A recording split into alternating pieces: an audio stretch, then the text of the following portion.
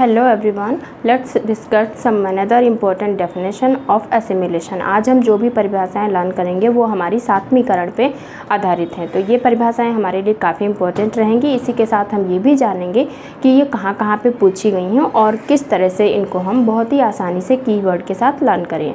तो चलिए शुरू करते हैं। पहली हमारी जो डेफिनेशन है उसमें क्या कह रहे हैं, जो असमान व्यक्ति होते हैं यानी डिफरेंट बैकग्राउंड के जो व्यक्ति हैं वो एक स्वार्थ में समान हो जाते हैं या स्वार्थ की वजह से समान हो जाते हैं। तो यहाँ पे इम्पोर्टेंट कीवर्ड जो आपको दिख रहा है वो है स्वार्थ। तो स्वार्थ की वजह से समान हो रहे हैं या स्वार्थ में समान है।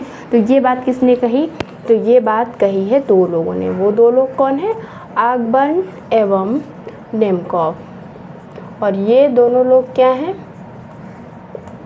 डिफरेंट व्यक्ति हैं और असमान व्यक्ति हैं। ये अलग हैं, ये अलग हैं, ये अपने स्वार्थ की वजह से एक हो गए हैं।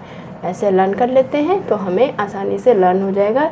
स्वार्थ कीवर्ड है, वहाँ पे आंसर होगा आगबर्न एंड नेमकॉफ। क्लियर।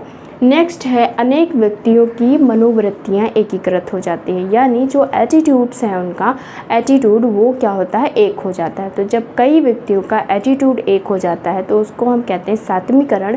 ये बात किसने बोली, ये बात बोली है बोगार्ट्स ने। तो बोगार्ट्स भी उतने ही इम्पोर्टेंट हैं जितने आगबर्न और नेमकॉफ, इसलिए हम दोनों को ही लर्न करेंगे। जब स्वार्थ होगा तो आगबर्न नेमकॉफ, और अगर अनेक व्यक्तियों की आइडियोलॉजी मैच करेगी तो वो हो जाएगा हमारा बोगार्ट्स। नेक्स्ट है, सांस्कृतिक रूप से सामान्य एवं अभिन्न। तो जब कल्चरल रूप से इक्वालिटी की बात होगी तो वहाँ पे डासन एवं गेटिस आंसर होगा। तो डासन एवं गेटिस ने सबसे अलग बात कही है, इसमें कोई भी कंफ्यूजन ही नहीं होना है। और इन्होंने कहा कल्चरल रूप से समान।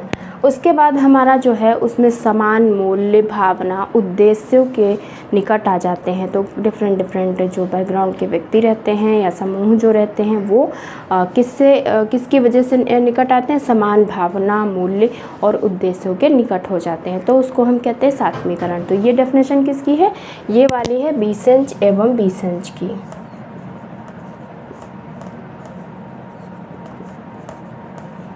ठीक, तो इसमें मूल्य, भावना, उद्देश्य ये आपको ध्यान रखना है।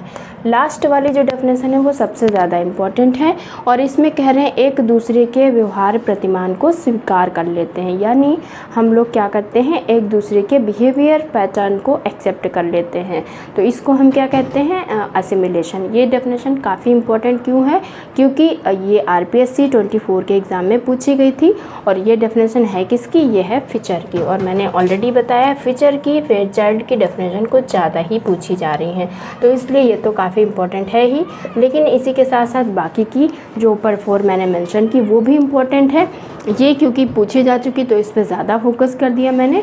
और इसमें हमको लर्न करना है accepted way of behaviour pattern, जो कि होगी फीचर के अकॉर्डिंग। तो सबके कीवर्ड हैं, कोई कन्फ्यूज़न नहीं। आगबर्न नेमकॉफ होगा तो स्वार्थ होगा, और अगर बोगार्ट्स हैं तो आइडियोलॉजी सेम होगी, और अगर डासन गेटिस हैं तो सांस्कृतिक रूप से सेम होगा, मूल्य, भावना, उद्देश्य से सेम होंगे तो बीसेंच हो जाएंगे, और अगर हम लोग एक दूसरे के बिहेवियर पैटर्न को एक्सेप्ट करेंगे तो फीचर हो जाएगा।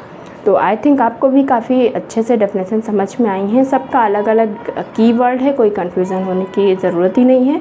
तो अच्छे से इनको लर्न कर लीजिएगा। मिलते हैं नेक्स्ट वीडियो में नेक्स्ट डेफिनेशन के साथ, तब तक के लिए बाय बाय।